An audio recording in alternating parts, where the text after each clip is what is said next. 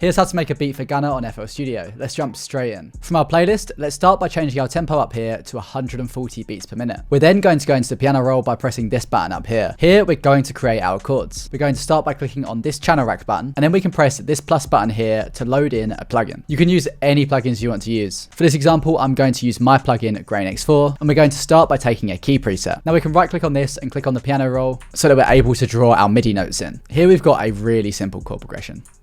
We're in the key of D sharp minor or E flat minor, which we can see by going up here, going to view, down to scale highlighting, and then right clicking on minor and right clicking on the root note, which is D sharp or E flat. Now we can see exactly what notes are in our scale because they're highlighted in a slightly lighter tone. The chords I'm using here is the D sharp minor chord and a C sharp major chord. And we can see that all of the notes are in the scale. I've then copied these chords over by pressing Control and left click and dragging over this, pressing Control and C and Control and V to paste these, and then left click and dragging these across. You'll then see that I pitched the C sharp up an octave by clicking on this and pressing Control and up or Control and down. Here's how this key sounds.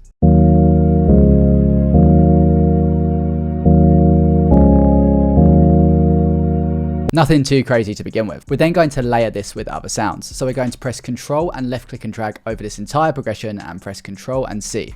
Now we can go into our channel rack by pressing this button up here again, and we can load in another plugin. Here I'm using another version of Grain X4. Here I'm using another key preset, but this time I've decided to take a morph preset. This adds a ton of texture to the chords, which we need for this type of sound. If you aren't using Grain X4, then there's other effects you can use to get this kind of textured sound, using plugins like Grow Beat or some of the Shaperbox plugins. We can then right click into this, go into the piano roll and press Control and V to paste these in. Here's how these two sound together.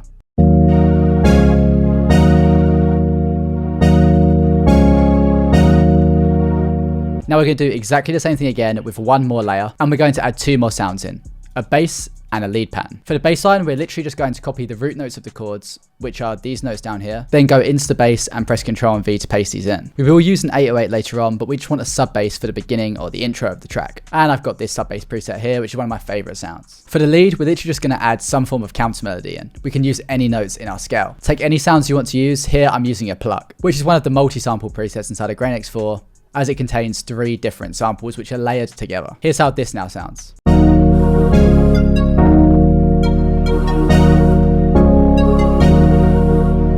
Now that we've got this pattern down, we can right click up here and click render as audio clip. Then we can go back into the playlist by pressing this button up here, into our channel rack, and we can see the rendered pattern here, which we can drag into the playlist. Now that the pattern's in the playlist, we can double click into this and we can pitch it up or down. Make sure to set your time stretching mode to stretch. And here I pitched it up by 3 notes. Then if we go back into the channel rack, we can send this to a mixer track. I've sent it to an empty one, which was number 11. And I've added an RC20 retro color just to make this sound more realistic by adding noise and reverb. I've also added a compressor here. Not really that necessary. Here's how this pattern sounds.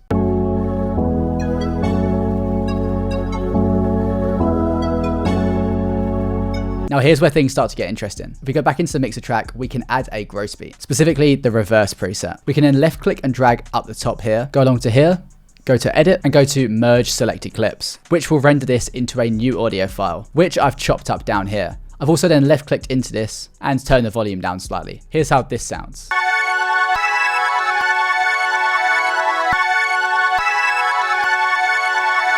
These reverse effects are used all the time in trap beats. And finally, some of Gunna's new music contains a lot of R&B vocal samples, so I decided to throw one of these in. Just make sure that it's pitched to the right key of the track. We were in D sharp minor, but we pitched these up by 3 notes, so we're now in the key of F sharp minor. So if we click into this, we can see that this is F sharp minor, so we don't need to change the pitch. If this was an F minor, for example, we would need to pitch it up by 1 semitone. Here's how this sounds all together.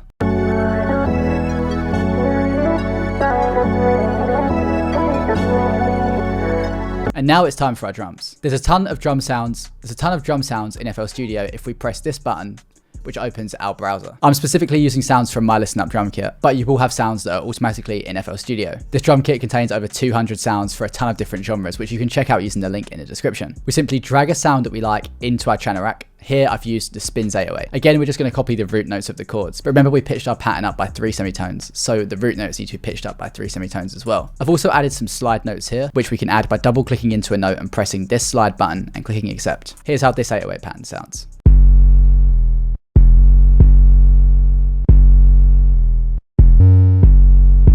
Then we have this really simple snare pattern.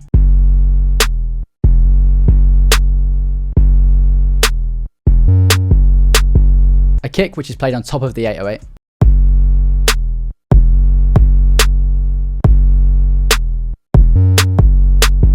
A 2-step hi-hat pattern where we've added a few different rolls. In order to add these, you need to click the snap to grid here, which will currently be set to a quarter beat, and you can change the increments to a half step or a quarter step so that you can add quicker notes in.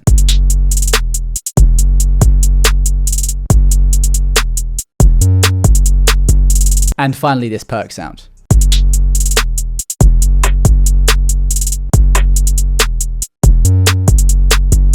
You can also add transition effects, but this isn't completely necessary. This is great for in between hook and verse sections.